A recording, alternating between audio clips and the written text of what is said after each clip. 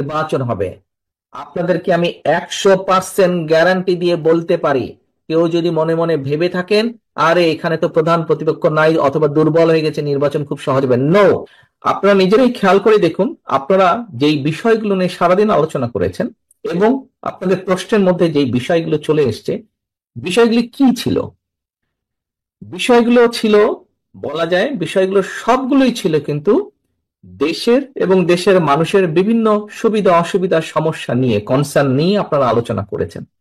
কেন আপনারা এই বিষয়গুলো আলোচনা করেছেন? খুব সহজভাবে যদি বলতে হয়, আপনাদের সাথে বিভিন্ন সময় বিভিন্ন পর্যায়ে আমার মিটিং হয়েছে বা কথাবার্তা যখন হয়েছে, ভিউজ এক্সচেঞ্জ হয়েছে, আপনারা আপনাদের বক্তব্যের এক পর্যায়ে প্রায় প্রত্যেকটা নেতাকর্মী কিন্তু, আমরা কিন্তু সবসময় বলেছি আমরা আমির আমির নির্বাচনে বিশ্বাস করি না।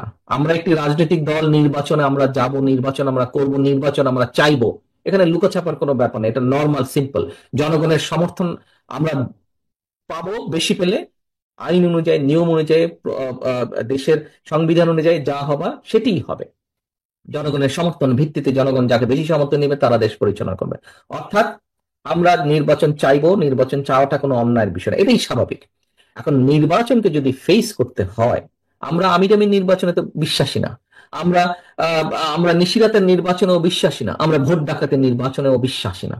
আমরা একটি স্বচ্ছ স্বাভাবিক নির্বাচনে বিশ্বাসী, যেখানে মানুষ নির্ভয় নির্দ্বিধায় ভোট দিবে।